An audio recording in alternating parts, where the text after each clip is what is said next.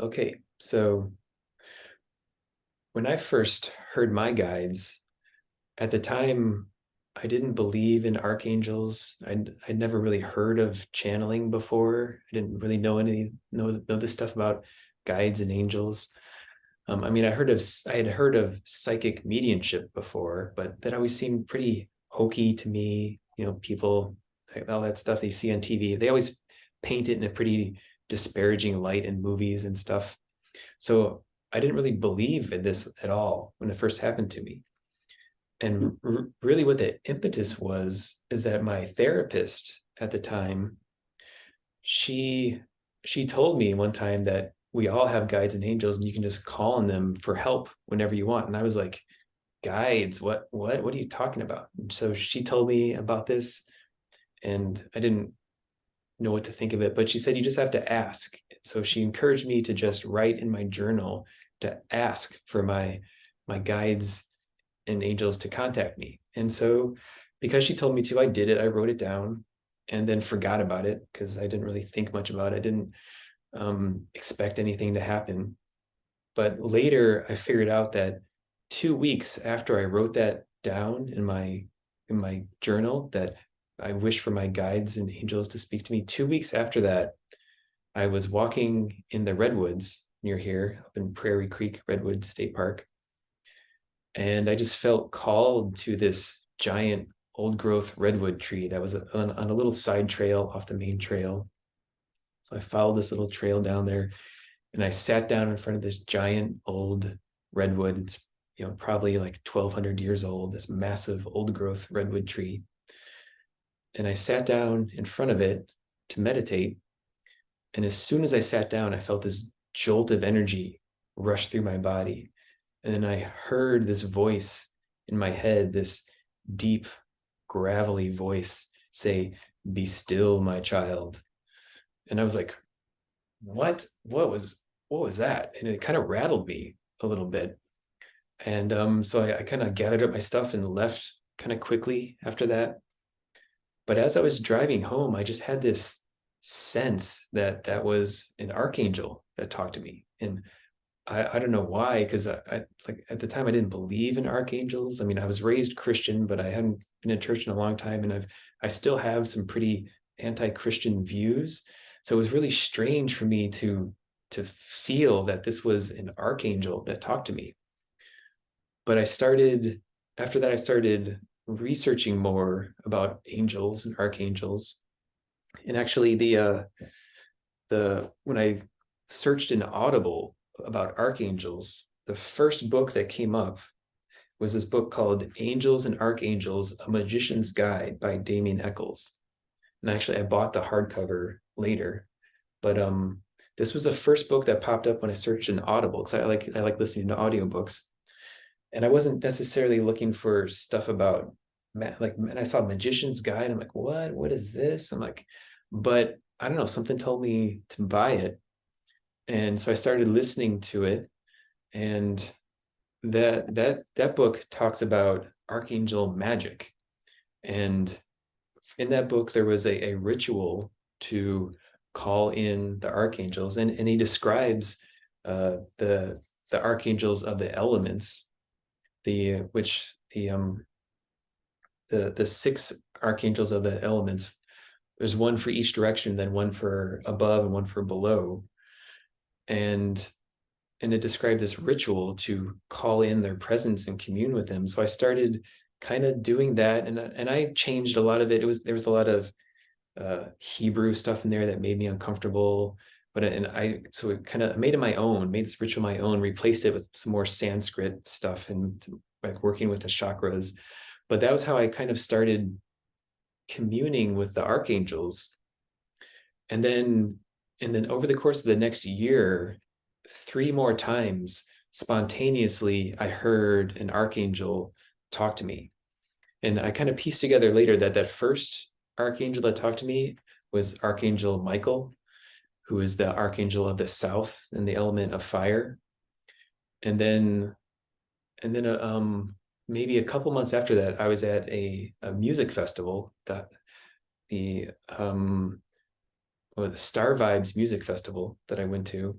I was giving a workshop there about learning to love ourselves.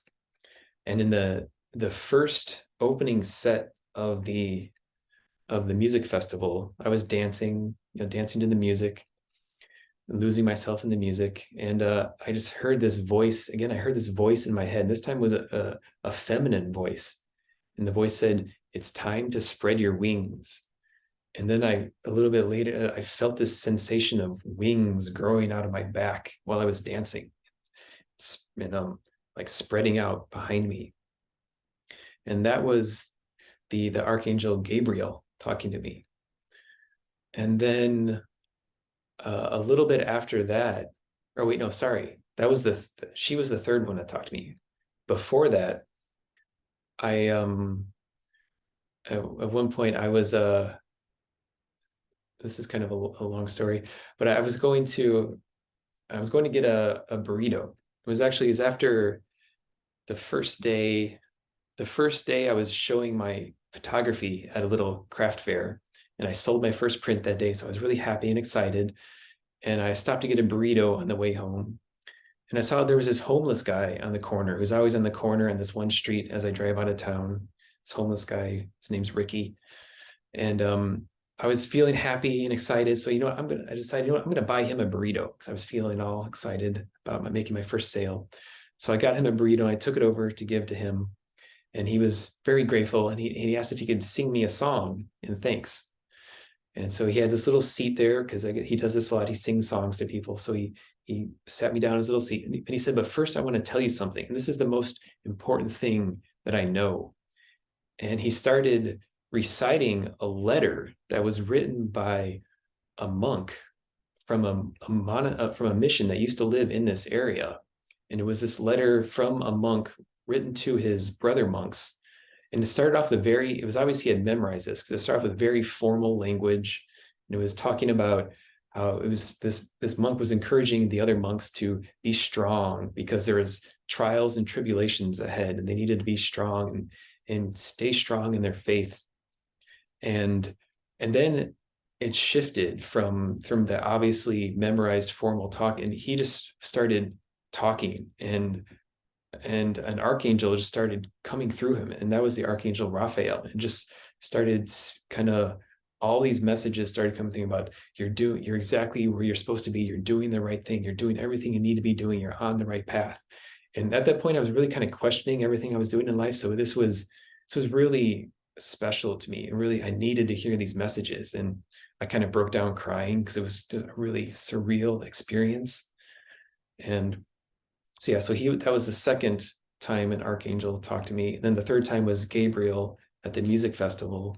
Then the fourth time wasn't until almost a year after that at another music festival. And this time it was the Archangel Uriel. And she didn't say anything, but more, it was just I sensed a message from her. And I won't go into that message now because that's part of a different story that's even crazier than what I'm talking about now. But anyway, so I had these 4 experiences of just spontaneously of these archangels talking to me. And at this point I was learning more, reading more. I was reading initially more about archangel magic and getting in touch with angels through that way. But then I was talking to my therapist again, and she recommended this book, Opening to Channel, by Sanaya Roman and Dwayne Packer. And then in that book, there's exercises to connect. And a lot of this book is channeled from their guides. And it's really, really interesting stuff about channeling and about spirits, spirit guides. And so then one day, Jen, my partner, led me through the practices in this book to consciously make contact with your guides. And it happened. It was kind of, it took some effort at first. I remember, and my long practice of meditation definitely helped, because what really helps to be able to hear our guides is if we can quiet our minds and quiet the noise so that we can hear the messages. But I remember that day as she read me through these prompts. I felt, as I was sitting there following the exercise, I felt called to face south. And then I just I felt and saw that giant redwood tree again sitting in front of me. And then again, Archangel Michael came through and talked to me consciously. And that was the first time I consciously made contact with him. And then that became a part of my daily practice. That kind of started to replace my morning meditation practice, or and extend my meditation practice to be connecting with my guides. And so and that happened, that first conscious connection happened about 8 months ago now. It happened at the end of last summer. And since then, I've just been getting more in touch with my guides, meeting more of my guides. So there's I have a number of guides that talk to me sometimes, but Archangel Michael is definitely my kind of main contact. He's the one that kind of relays all the messages. He's a very popular guide for a lot of people. And so yeah, that's kind of the story of how this crazy story of how I started talking to my guides, even though I didn't believe it at first. And yeah, I think that kind of covers it.